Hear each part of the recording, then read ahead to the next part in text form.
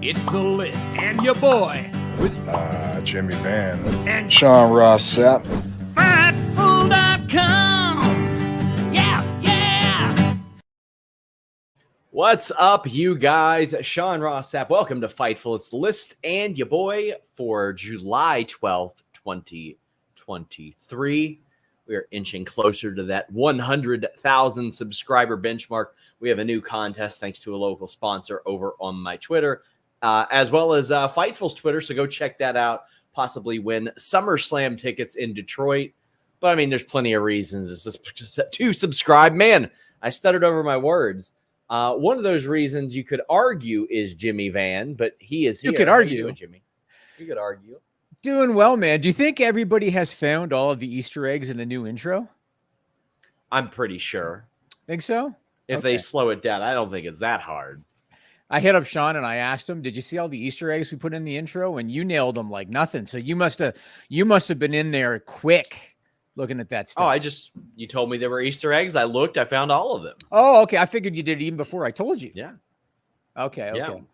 We've So had how's some good everything? intros. We've had some good intros in our day. I would say that this one that had that graphic served us pretty well.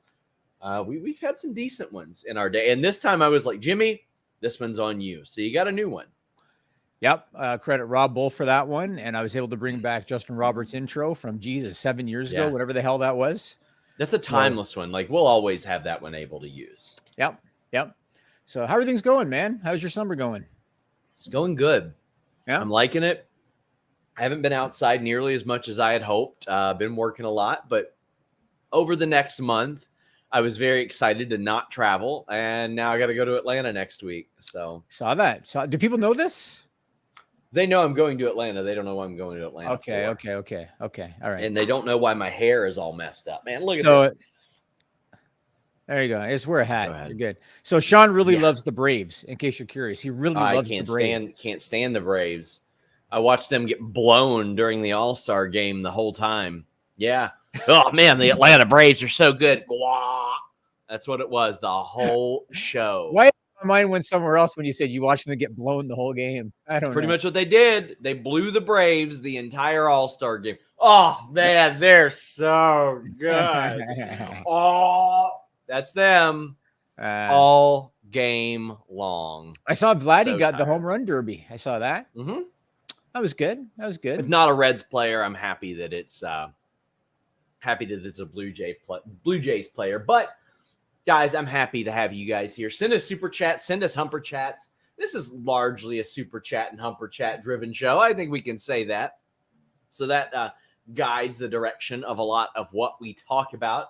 And get your question or statement read here on the air. Annie says, does Cody's next in line comment hint that Brock wins at SummerSlam and he challenges Seth? This would suck. Cody needs a notch under his belt after losing to Reigns. To me, I think Cody kind of set the stage perfectly after Money in the Bank and said, that's a great championship. It would be a great honor to win that championship, but the WWE championship is the one that I want. That's specifically it. That's what finishing the story is. So I don't think we see Cody get a title shot until he challenges for the WWE title. And if he does, it's something that will unravel and he won't win. I think him winning the WWE championship is that finality to the story, Jimmy. I agree with you. I think just given, how, not that I want to shit on Vince McMahon, but we're going a little bit. I could see him doing Cody and Seth, but giving Seth his win back. And then maybe they screw Cody to lead to another program for Cody. But SummerSlam, Cody's winning. He's beaten Brock. That's going to be the end of the Brock program, I think. And then Brock will probably go away for a while like he likes to do some hunting up in where does he live again? Saskatchewan. Do some hunting up there for the summer. Yeah. So he'll beat Brock at SummerSlam and then move on to something else. But I could definitely see them do him and Seth to get the win back for sure. Yeah, and I think that Seth beating Cody isn't the end of the world. I think at this point, let him get a win over Cody. Like, for example, if Brock wins and faces Rollins, okay, I see that. I could see that happening. But if Brock wins over or Brock loses to Cody and beats him up so bad that Cody has long-lasting ramifications that cost him the Seth Rollins match, I think that could work as well. I think that would be really, really good. Yeah, it's possible. I'm curious when you look at Raw. I'm curious where Cody goes next because I don't think they're going to jump right into Rollins. So when you look at the players at the top of the Raw brand, I mean, you got Damian Priest, you got Finn Balor. He's already done a couple of things with Dominic Mysterio. Do you think he goes next maybe Yeah. with Judgment Day after Brock? Because who else is there at the top of the card on the Raw brand? I would actually, I'd be interested in that, but this is why I think they should have turned Drew McIntyre heel. I really think they should have done that. But Laying the Smackdown says, will Sean buy an Ellie De La Cruz jersey? I don't buy jerseys of other people. Like I'll buy blank ones or just custom ones or something. But I love Is that LA the guy that ran all the bases that I saw getting all that attention? The other day he slapped an infield go ahead RBI single. Then he stole second base, was in there by a mile. The next pitch, he stole third base, and nobody was even covering third. And then when they threw the ball back to the pitcher, he stole home, straight sealed home. On 2 pitches in 1 at bat. He is I think the second player ever to do it in 1 at bat. He is incredible. The Reds went from having 100 losses last year to having 6 guys that on any given year, or probably 7 guys, that would be in contention for Rookie of the Year. Oh, he's a rookie? Oh, yeah. He's been playing a month. Wow. Yeah. Good for him. And they got 7 guys that could, in some other years, be up there for Rookie of the Year contention. And none of them might win because there's another rookie that might be even better than them. It's a very exciting time. I still want them to sell the team because they purposely made the team bad last year. And in baseball, there's no real benefit to tanking a season because you got to wait so long for players to develop anyway that a high draft position doesn't really benefit you that much. But look at the Oakland A's. Have you seen the attendance at Oakland A's games? It's pathetic. It's pathetic. Unbelievable. It's very bad. Yeah. Jeff Stone said, Sean go into Raw next week. No, I'm flying in Tuesday. So I will be here on the Raw post show. KE775 says, do you think Dragunov and Braun Breaker are headed to the main roster post SummerSlam? Any other potential call-ups? The Creed brothers are always one that I think of, but I think that's more of a storyline thing that we got going on now. Yes. And I know that NXT is something you wanted to talk about, but if they come up, I want Ivy Nile to come with them. She doesn't have much of a direction on NXT, and she is main roster ready. She's been main roster ready, and people like her an awful lot. Great aesthetic, too. Yeah. So, I agree with everything that you said. I think Braun Breaker's ready, but I think that he's going to need something. You know how we've talked about, sometimes I like to talk about how NXT is like when Homer Simpson is a mascot and he's in Springfield and then he gets called up to the majors and he's great in the minors and he sucks in the majors. There's a difference between NXT success and WWE success. And Braun Breaker, as he's currently presented, I don't think he's going to survive the waters of the promo. Mm-hmm. And so he needs something. And I saw somebody suggest you put Paul Heyman with him. I mean, that would be fantastic. But I don't know what that would do with the whole bloodline thing. But Braun Breaker's ready, but he needs something. Like, I think if you leave promos up to him, he's going to get killed. So he's going to need something. Yep, I completely agree with you. DeShire says people might hate NXT, but I think it's WWE's best weekly show. Everything gets time and everything feels important. Braun and Ilya was near 5-star TV match. I don't hate NXT. I haven't found it appointment viewing for a while because it exists on an island of its own by and large. I have a bit of a problem with how much champions get beat from there on other shows. Like Carmelo getting beat all the time. I'm like, damn, man, that's okay. I understand it's against a top guy, so at least there's that. But I generally like NXT. There are some hits and misses, but that's what NXT is there for. NXT is to find out what's going to hit and what's going to miss. And also, I think that they are one of the best territories, brand, whatever, about booking women specifically. They book their women so well and give them a whole lot of time. And DeShires even says, give HBK the whole women's division. I think there's a lot of things NXT does really, really well, Jimmy. Yeah, I mean, Tiffany is going to be a big star. And I talked about this before. I love that she had the wherewithal to say, I don't want to get called up because I still have a lot to learn. So I really like that. Carmelo Hayes, I hear what you're saying. So if nobody saw NXT last night, it was Carmelo and Trick Williams against Judgment Day. Finn Balor pinned Carmelo for the second time.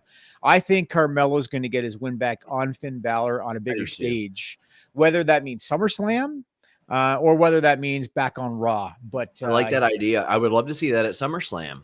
Could happen. Yeah, it could happen. And He'll get his win back. Prominently feature him in a situation like that, and I'll be all right with that. Yep, I think that's where they're headed with it because it makes no other sense. Why? It's one thing for him to lose to Balor on Raw because that's kind of Balor's playground, so to speak. It's another thing for Balor to go to NXT and beat Hayes there. So there's a reason. Hayes is going to get his win back on a big stage. And he says, could Wyatt or Orton return to feud with Cody? As FightfulSelect.com, best $5 in the business, reported, Bray Wyatt is still awaiting clearance. He has not been cleared. As far as Randy Orton, I mean, I know there's a lot of people close to him that think that he shouldn't be back in the ring again after the stuff that he's went through. I mean, his dad even said as much, but if Randy Orton comes back, that is a Cody feud that should happen. That'd be great. Yeah. That's a full circle moment. I think that would be great. I think that would be incredible. Something tells me they're not going to get DiBiase though. Yeah. Well, I mean, they tried to set up an interview with me and DiBiase recently. Oh, is that right? He's got a podcast. Yeah. Not senior. I'm talking about junior. Oh, yeah. They ain't getting him. Yeah. No. I don't know why I thought junior. Oh, I don't know why I thought senior. Yeah. But Desire says, Tommy was at NXT last night. Anything to it? She's in the States right now. If she's there, there's always something to it. I would imagine that there was some sort of, at least a feeling out, a discussion, something like that, especially with the level of prospect that she is. But Jimmy, let's talk about this big story that I broke on FightfulSelect.com, best $5 in the business today and yesterday.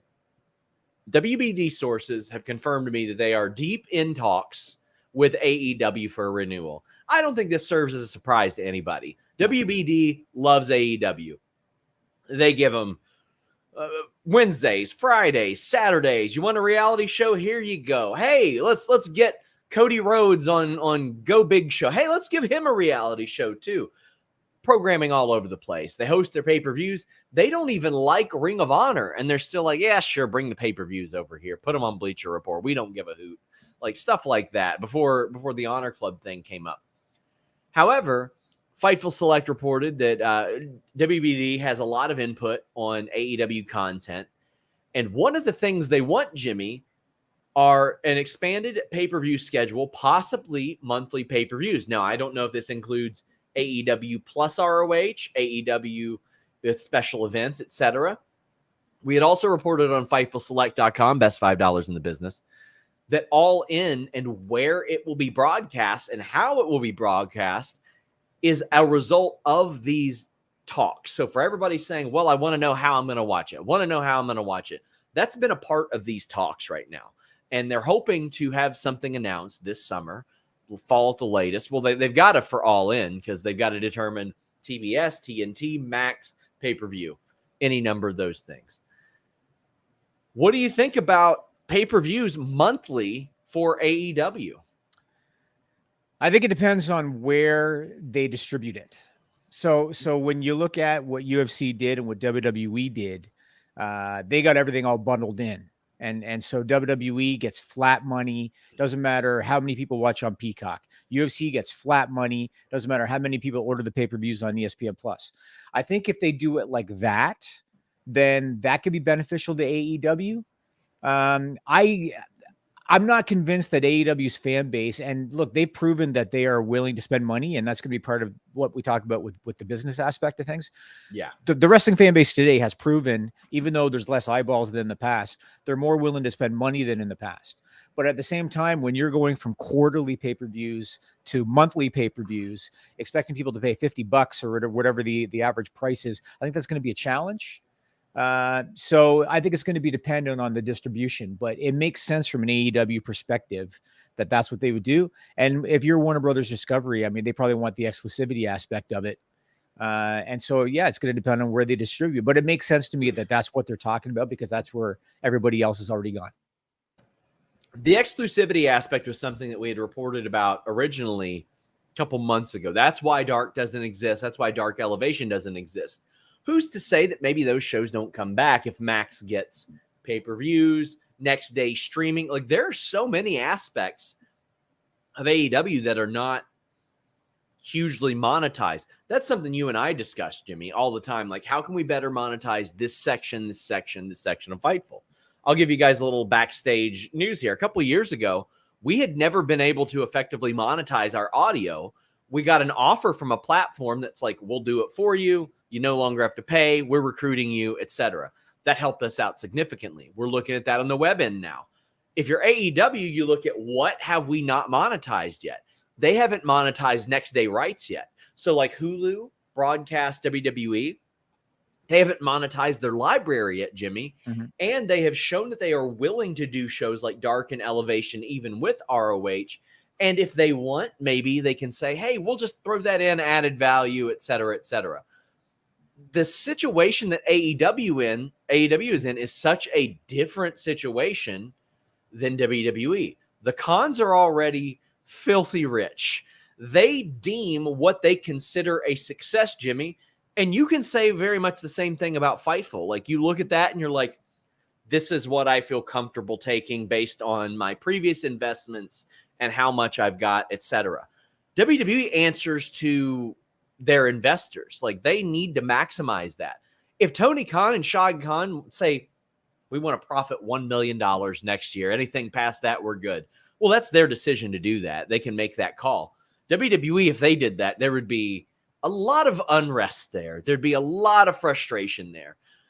So what that does is it changes how they are going to invest their money in AEW. They might come along and say, we're going to offer the most ignorant contracts possible to get as many eyes on this as possible. Like, it's so fascinating. And who knows, maybe they will want to maximize revenue for themselves. Maybe we will see something that is completely off the wall. It is a completely different situation than we have seen in wrestling at this stage in quite some time. And I'm really fascinated to see how it works, because in addition to the next day rights, Jimmy, the whole library is there. We're talking about almost a 5-year library, plus they could roll in ROH and stuff like that. I know that WBD has long not liked ROH, Jimmy, and I've been told that goes back to the Sinclair stuff. But to me, that's real New Japan still being mad at Jeff Jarrett energy type of thing, and holding it against TNA or Impact or whatever. I'm fascinated by this aspect. Like, I've had people asking me to interview Tony Khan, and I'm like, man, I kind of want to interview him after the TV deal so I can find out more and more about what he tried to roll into a deal, what wasn't brought up in a deal. There's so many fascinating aspects of this from a business perspective. And next year's going to be an enormous year in pro wrestling. Yeah, it's already, I mean, things are already pretty strong right now. But I think if you're Tony Khan, it almost reminds me of a sold show in terms of independent wrestling versus a ticketed show. So if nobody's familiar, a sold show means that somebody paid you up front, like the venue pays you up front. And then it doesn't matter to you if you sell one ticket or if you sell 10,000 tickets, you know what your money's going to be. It's the same thing. I think that Tony Khan would much rather just know, I'm going to get X dollars per year. Doesn't matter how many pay-per-views we sell. Doesn't matter anything. Doesn't matter how many. My contract is a sold show, Jimmy. Your contract is a sold show. Yeah. Yeah. But I think cares if you subscribe to Fightful Select. Yeah. It worked out good for me. So, but I think that's probably ultimately what Tony wants, and I think that's probably what he's going to get. And so we'll see what happens. But it will not surprise me if they do go to monthly pay-per-view, because Warner Brothers puts it on HBO. What do they call it now? Max. Yes. It wouldn't surprise me if that's what they end up doing with it. And so they use it in order to try to increase subscribership there. By the way, if you send a super chat and it doesn't let you send a message, it means you got to send more to be able to put the message on there. Matt says, is AEW allowed to talk to other suitors? I don't know what their exclusivity. Well, no, they're, as of right now, they're not, because they are still under a deal with Warner Brothers Discovery for like a year, I think. That's okay. No, that's okay. Yeah. Like WWE's still under a deal, and they had negotiation rights to talk to somebody else. You're right. Depends on the contracts. Yeah, it depends on the contracts that they have. So I don't have a good answer to that.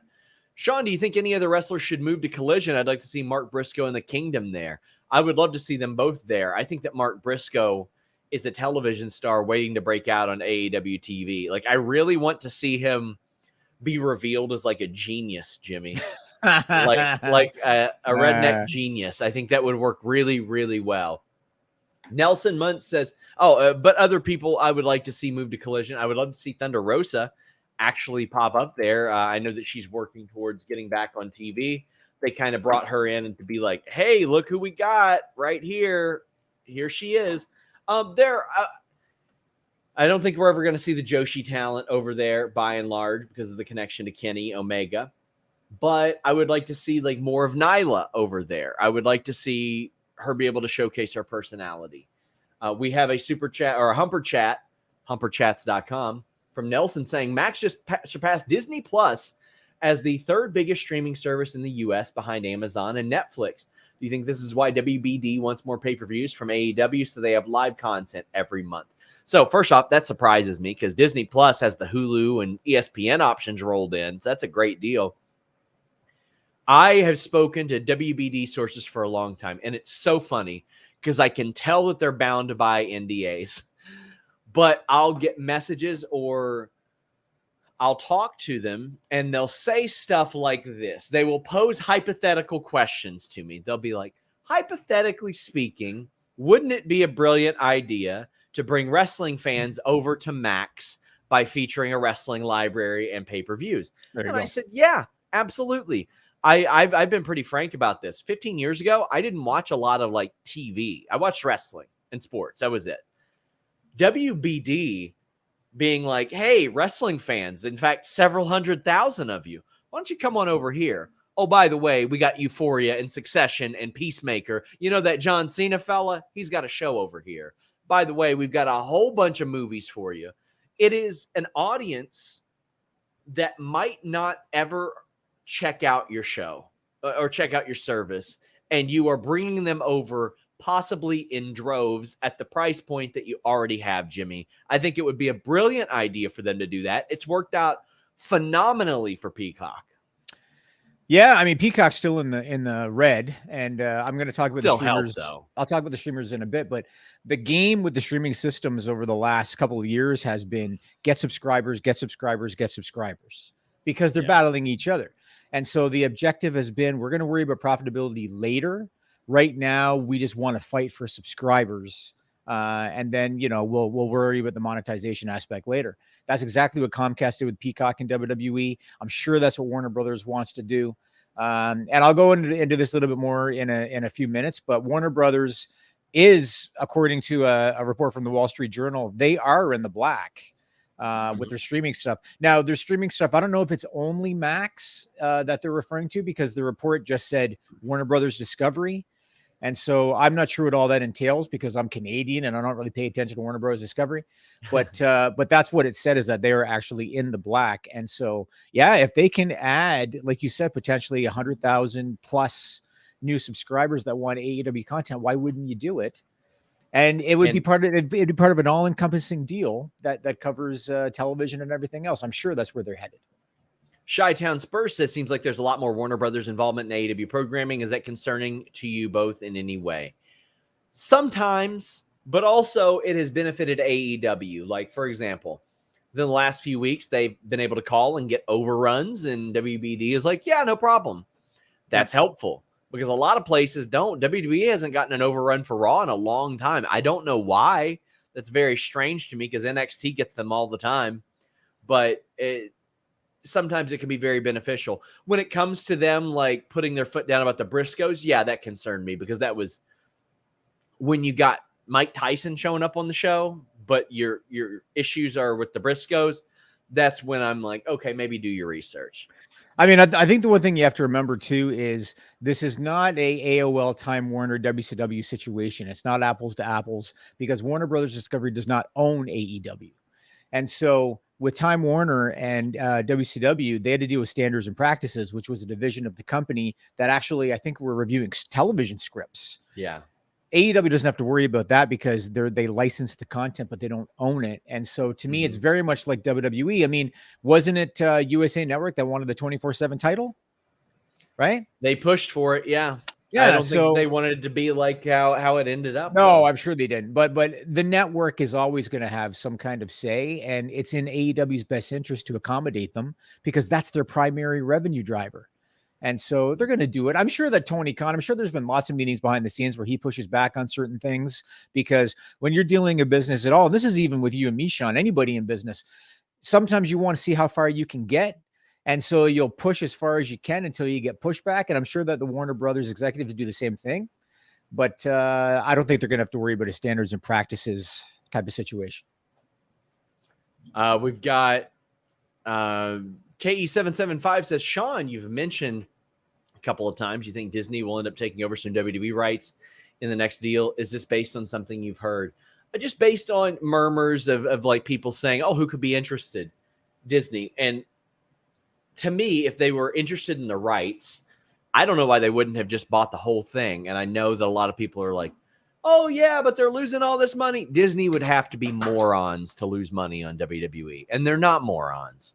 Like there is nobody that I felt more confident in monetizing WWE than Disney, period. I think Disney would have taken them to a next level. However, I don't think Disney would have been okay with Vince staying aboard. And that's why I think that Vince reached the deal that he did. He got the deal that allowed him to stay around and do the same bullshit that he never wanted to stop doing in the first place. And now Disney might just be like, all right, we'll get SmackDown. I wish Disney would have bought WWE. I think it would have been a lot better hands. I think that they would have, the broadcasts would have been probably a lot smoother. I think a lot of the terrible tropes they would have looked at and been like, why y'all do this? What's going on here? I think it would have been a lot better off. What are your thoughts on any of that? Everything that you just said. I don't even know if Disney ever got past the NDA stage with the WWE acquisition. And what that means is when somebody's interested, they sign a non-disclosure agreement, then they kind of get to look under the hood. And if they decide they want to go forward, then they go forward. I don't know if Disney was ever even at the table. If they were, it wouldn't surprise me if they signed an NDA and then they found out, oh, by the way, Vince McMahon, kind of wants to maintain creative input, and then they're probably out the door. So it probably never got far into the process. And I absolutely think that they took the Endeavor deal because, number one, they're going to let Vince stay in control. Number two, Vince knew Ari Emanuel. And number three, Ari Emanuel played him like a fiddle and told him exactly what he wanted to hear. That's what happened. Crazy says, with Twisted Metal being a Peacock original show, if they asked WWE to promote it, would they say AEW star Samoa Joe or just Samoa Joe?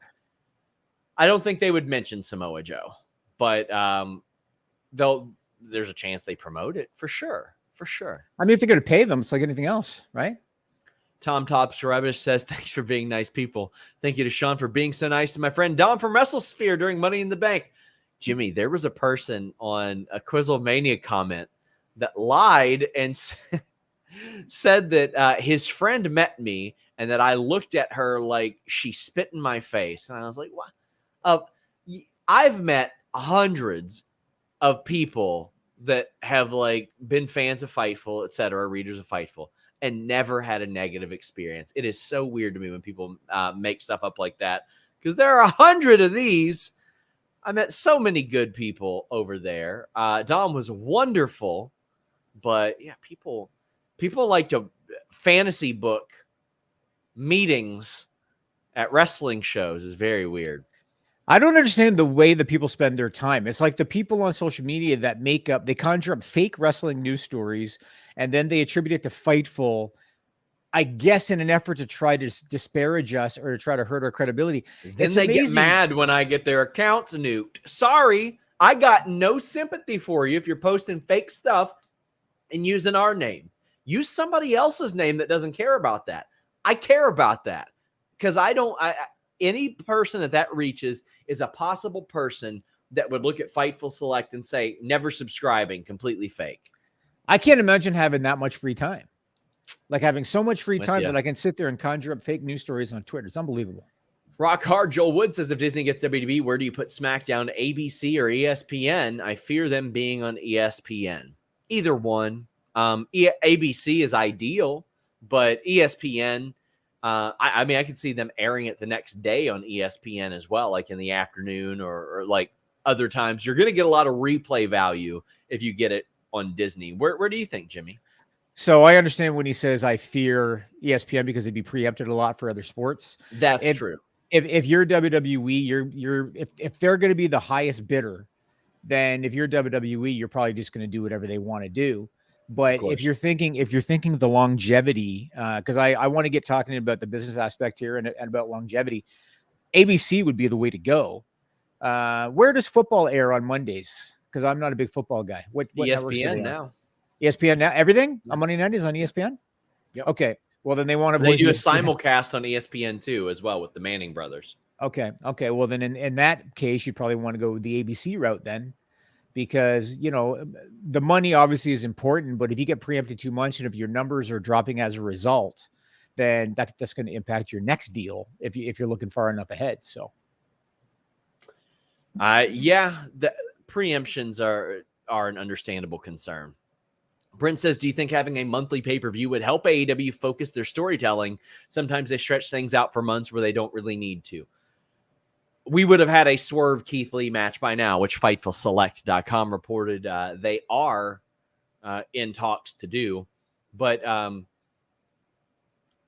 or they do have planned rather. But yeah, I think a lot of these things wouldn't necessarily get stretched out that didn't need to be, and some things that are abruptly put out there would get the right time to build. I think that it gives them more time to highlight big things. It might hurt the television aspect of things a little bit, though, Jimmy. What do you think? I mean, back in the day, me being an old school guy, all WWE had was quarterly pay-per-views, and it didn't seem to hurt things from a storyline perspective. So I don't think it really makes a difference, especially when you got weekly television. I don't think it makes a difference whether the pay-per-views are quarterly or monthly in terms of storytelling. They should still be able to do storytelling, even if they've only got pay-per-views quarterly. You can still do the payoff on TV, right? I mean, it shouldn't make a difference. Oh boy, Kieran George says, off topic, Jones versus Stipe is official. Who do you guys got? Listen, it's going to be a murder scene. It's going to be Jones absolutely mauling Stipe. Like, listen, yeah. I love Stipe, Jimmy. He's a great dude. Yep. It's been it'll have been over 3 years since he won. Yeah. 2.5 years since he fought, and I got people justifying it. Well, he's a heavyweight GOAT. Yeah, he is. Then do the fight a year ago, or before that. Like, I got no desire. He's gonna be 41. 41, man. Yeah, I had a lot of interest in seeing Ngannou and Jones, and I got a whole lot of interest in seeing the freak show fight that is Ngannou and Tyson Fury. That much I tell you. Listen, I'm glad that Stipe is getting his curtain call fight, etc., his payday and all that stuff. But Sergey Pavlovich should be fighting here. He's won 6 straight fights, all in the first round, all by TKO, 4 performance of the nights. Like, this guy ain't lost since December 2018, and he's facing a guy that hasn't won, or instead a guy that hasn't won since 2020. All that stuff's in the past. Okay, greatest heavyweight champion of all time. Yeah, that's why he got the immediate rematch against Daniel Cormier, and then he lost it again. So move on. I understand, biggest fight, whatever. It's going to sell. It's so funny, Jimmy, because there's merit and there's what sells the most. Yep. And based on what the UFC had, he didn't have the most merit. Pavlovich has the most merit, or Ngannou has the most merit. And based on what the UFC had, he wasn't going to sell the most. Ngannou would sell the most, and they let Ngannou go, and they settled right in the middle. And that's what frustrated me about this. Yeah, I mean, the UFC has always been about the entertainment aspect more so than the rankings. That's why wasn't it Chael Sonnen who, I think he got a title fight with Anderson Silva, then he immediately got a title fight with John Jones, a weight class up, I believe.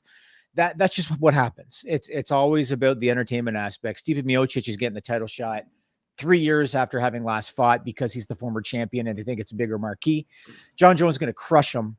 And Francis Ngannou is kind of the same thing. I'm really happy for him that he's getting a big payday. Tyson Fury is going to destroy Francis Ngannou in a boxing rules match. He's going to dominate and annihilate Francis Ngannou, but he's going to get his payday. So I want Ngannou to throw everything at the wall for 3 rounds. 3 boxing one rounds. 1.5, and he's going to be gassed. 1.5. I think Ngannou would have a good 3 in boxing. Shorter rounds.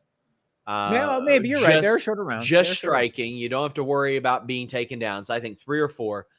But I want him to throw everything at the wall. What I respect about Francis Ngannou is that when he lost, after knocking everybody out for a long time, he completely changed his game. He lost to Stipe Miocic. Miocic out-cardioed him. And then he's like, you know what? I got to work on my cardio. I got to work on my cardio so much. And he came back 6 months later. He had worked on his cardio. And what happened? He went all 5 rounds with Derek Lewis and lost. And then after that, he said, no, what I think I'm going to do is just throw my fist at people's face again and rely on that to knock people out.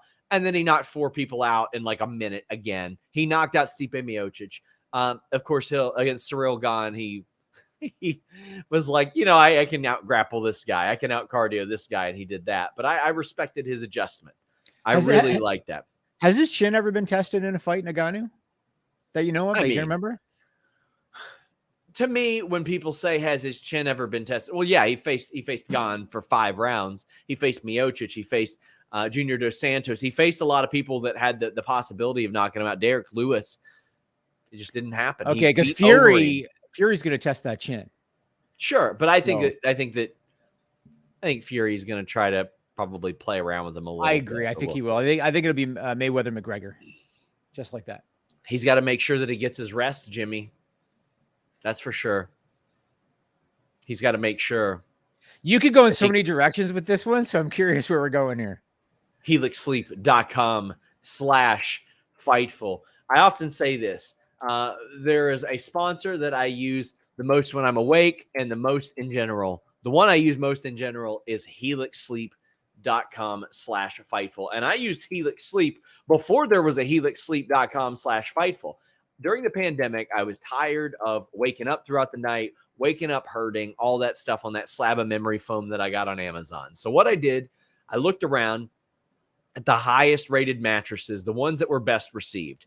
And I found GQ, Good Housekeeping, Wired, all these publications recommending HelixSleep.com. Now it's HelixSleep.com/Fightful because you can get 25% off any mattress using the code Fightful plus 2 free dream pillows. And what I love most, you don't have to go to a store. You don't have to roll around on some bed that anybody else has been on. You take their sleep quiz. They match you up with the Helix mattress that's right for you. I got the Dust Lux model. I went from just being able to sleep on my back to also being able to sleep on my side. What that means is I sleep a lot longer. I get to sleep faster. I stay asleep better. They have ones that will align your spine, ones for plus size sleepers, ones that are also good at cooling you down. They've got a mattress for everybody. If you like more of a firm mattress, they got that. If you like a softer one, they got that as well. Not only that, one of the things that drew me to HelixSleep.com/Fightful was 30,000 plus 5-star reviews, a 10 to 15 year warranty. And let me tell you, I wasn't making as much as I'm making now.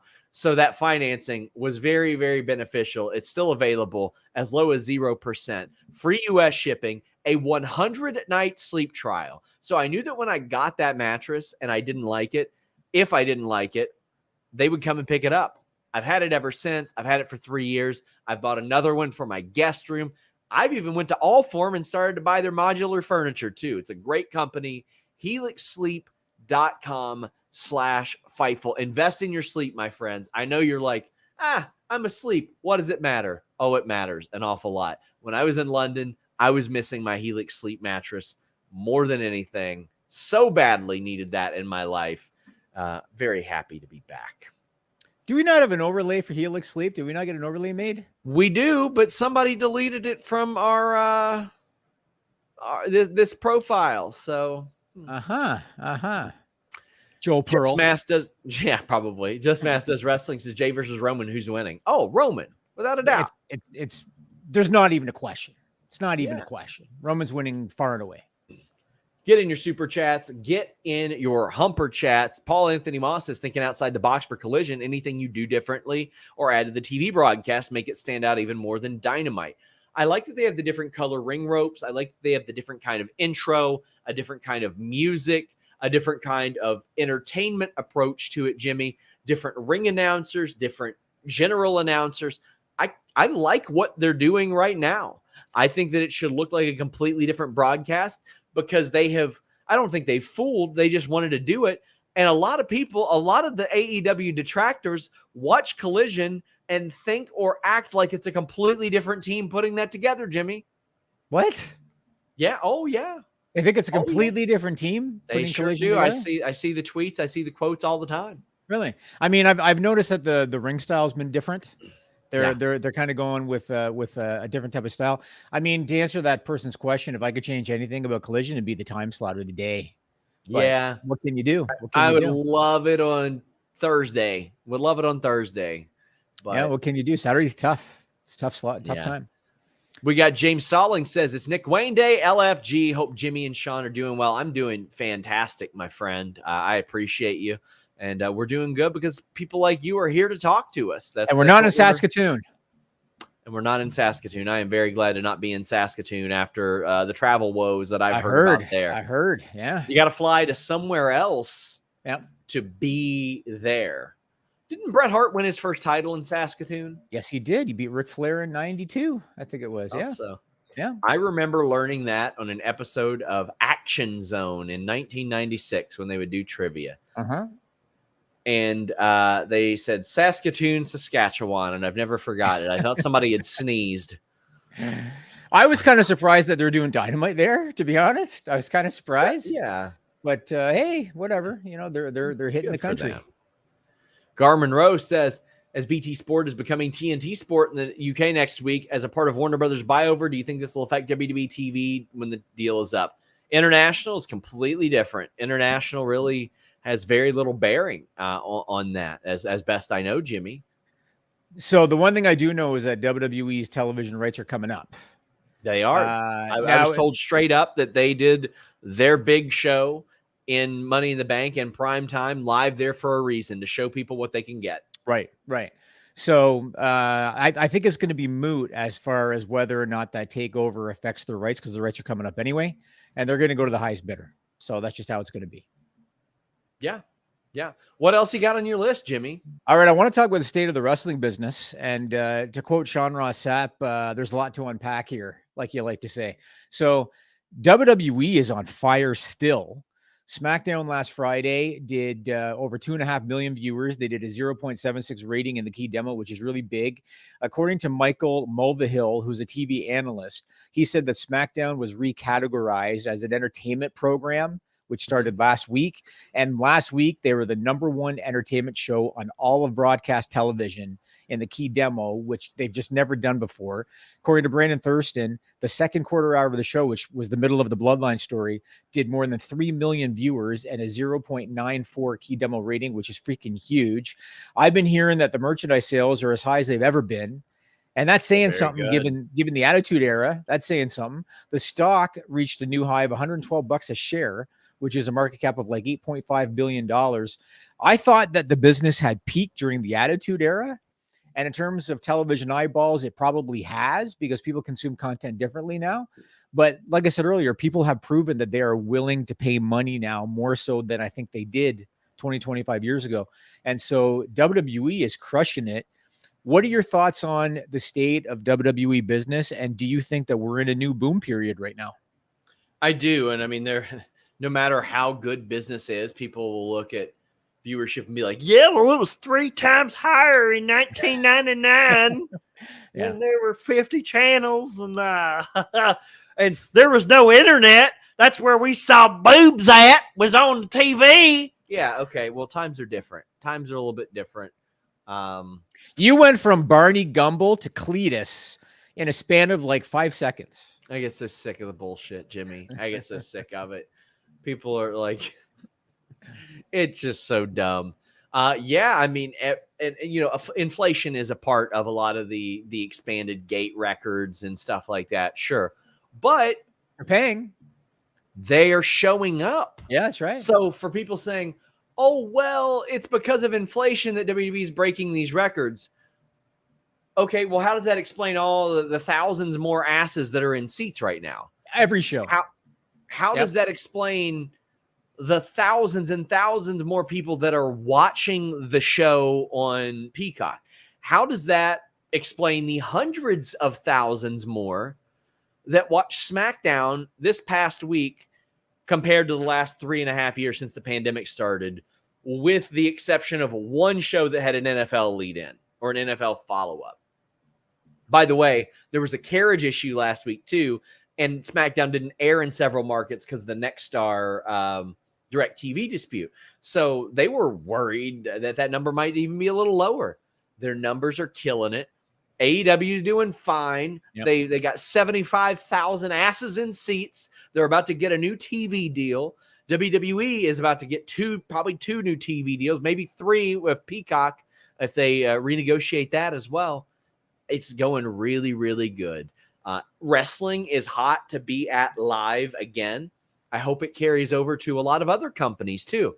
Because Jimmy, for a while, 2014, it was looking like, oh shit, wrestling's like starting to get a little bit of a higher profile, more celebrities getting involved. Like, wow, ROH got a cable TV deal. Lucha Underground's on cable TV. That's cool. Then they pushed it a little bit too far. Then Jeff Jarrett rolls in like, I got Global Force. Let's go. And then Spike kicked TNA to the curb. And I'm always a little wary of this. But right now, the 2 top dogs in the U.S. are AEW, WWE. And things are going real well for them right now. I hope it carries over to the New Japans, the Impacts of the world as well. Yeah. Business definitely looks like it's on a high. And going to AEW. So you already mentioned, according to Tony Khan, All In has sold about 70,000 tickets. I think they got about 75,000 distributed, but he says they've sold about 70,000 for a gate of about 9 million. So like I talked about before, All In might become the largest gate for a wrestling show in the history of the UK by the time it's done, which is why John Cena was brought out to Money in the Bank to do that promo. But that might happen. Dynamite. And this kind of tells you the state of cable television, because I'm going to kind of move into cable television in a minute. Dynamite last Wednesday was number 1 on cable television. And that was despite doing 855,000 viewers. So less than half of what Raw did. And they had a key demo rating of 0.29, which was almost half of what Raw did. And yet they were number 1. So it shows you kind of the state of cable television. Collision for me is still kind of a work in progress. They did better with the Punk versus Samoa Joe match. They finished number 5 for the night. Wasn't it you on Select that said that Warner Brothers Discovery's target is top 5 for the night? Yeah, right? That's what I had heard internally, that they look at top 5 as something that they consider a success. And obviously that's going to adjust during football season. There's a chance they fall out of that during football season.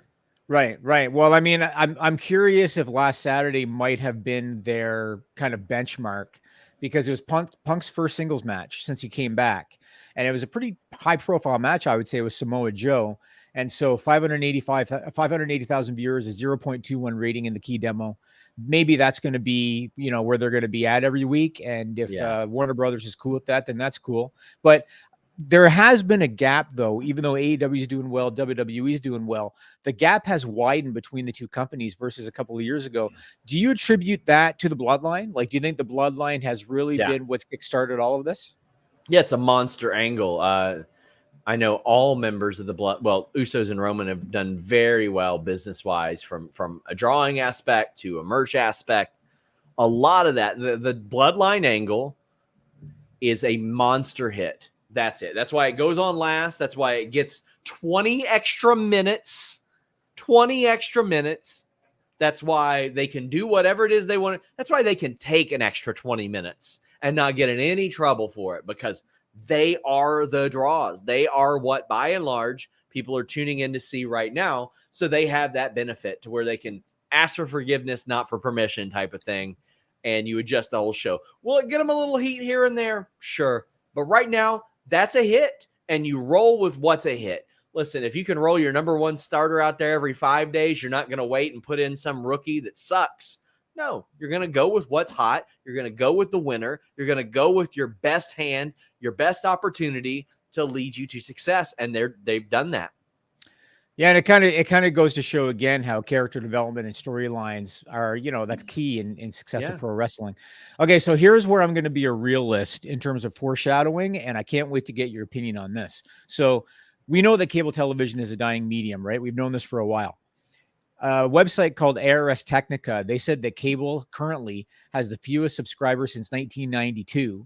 And according to Dave Meltzer, Cable is down 20% year over year in the key demo, which is the 18 to 49 demo. Showbuzz Daily, which you and I are very familiar with for ratings information, they're shutting down. And they said that the reason they're shutting down is that the balance of home viewing has swung towards streaming, and the proprietors of those companies are opaque with their information. We've also seen layoffs in the world of cable. Most recently, Warner Brothers Discovery, Paramount, ESPN, Bell in Canada, they all had layoffs. And then I mentioned this earlier, Wall Street Journal put out a profitability report from the major streamers, including Disney, Comcast, which owns Peacock, Paramount, Warner Brothers Discovery, and Netflix. Netflix is profitable. Warner Brothers Discovery was barely in the black for 2023, it looks like, but the rest are all deep into the red. Like they're all struggling to make money. So I'm curious, where are we going to be at in 10 years? Because 10 years from now, the cable numbers are going to be even lower than they are now. And streaming companies have kind of struggled to make money, but they still need to get live content in order to try to keep subscribers up. So where do you think we're at in 10 years? Do you think in 10 years, there's going to be somebody out there offering WWE $1 billion plus a year when things are even more saturated in terms of the different ways that you can access content compared to where it's at now? So I want to roll this into a couple super chats and humper chats that we have. Don C says, how does recording and streaming affect show ratings? Advertisers do not give a damn about recording. It's good to have for your internal numbers, but it's important in networks that they have the appropriate numbers for their ad sales. Streaming, it depends on what ads are on there, but those are added in. Those are added in as well, like Sling, Hulu, all that stuff. Let me jump in just quickly, Sean. Go ahead. Just add to what you said. So the reason that live sports have been getting these massive increases in their rights, right? Football and golf and wrestling. The reason they've been getting these massive increases is because live sport is considered DVR proof. That's what the term they use, DVR proof. And that's what advertisers like. And so you're exactly right.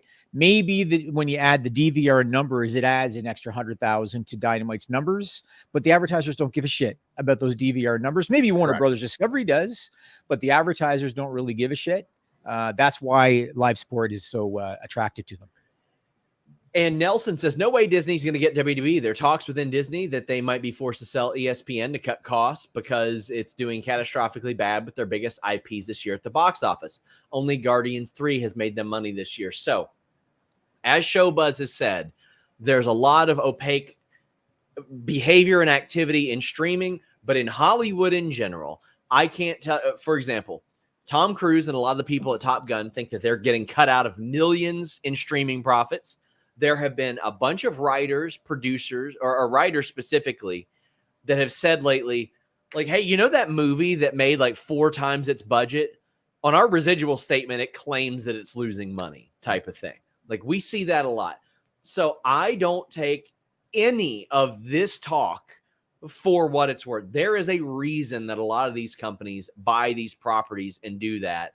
And I don't know how they're screwing people out of money. Somebody gets screwed in the end. That's just almost always how it works.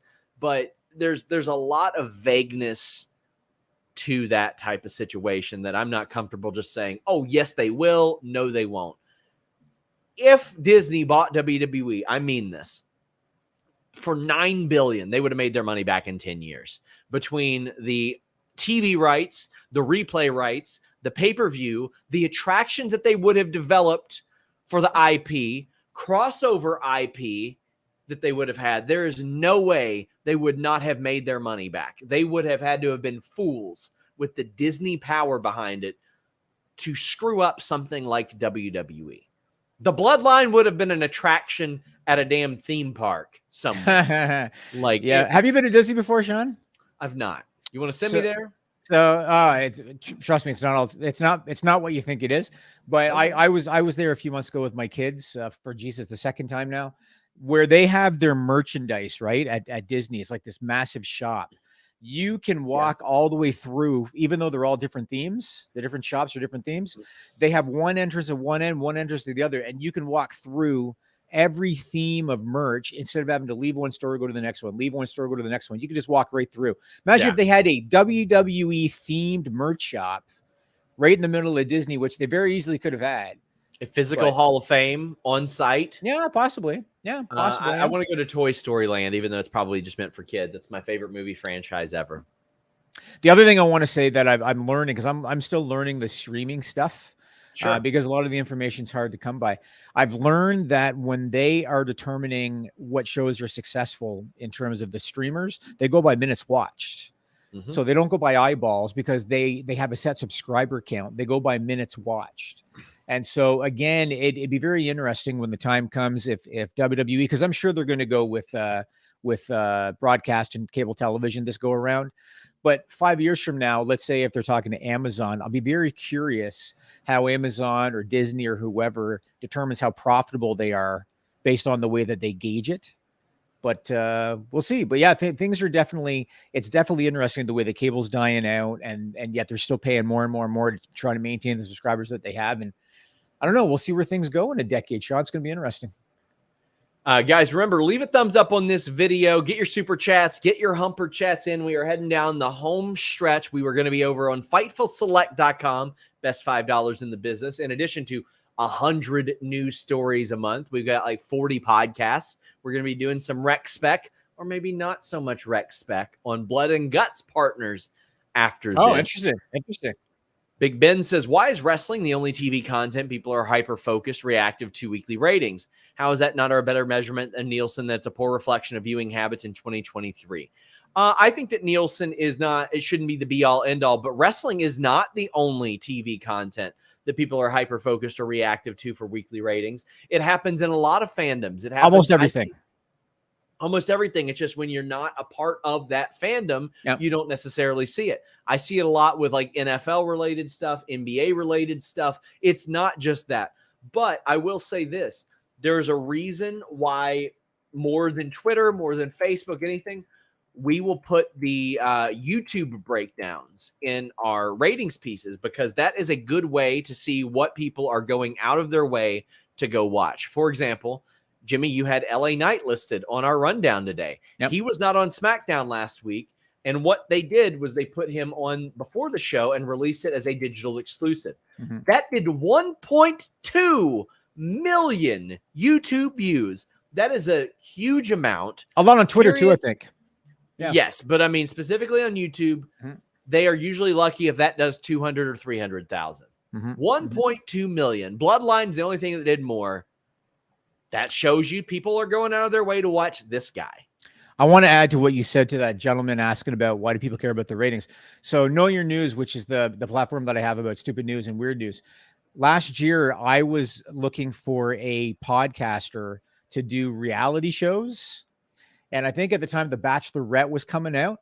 And so I was looking up Twitter and YouTube for anybody that has any knowledge about The Bachelorette that I might be able to grab to be a podcaster. I was stunned by the comments that I saw from people about The Bachelorette. Yeah. Worse than wrestling, Sean. Shitting on the numbers or praising the numbers. Shitting on the character or praising the character. It was batshit crazy.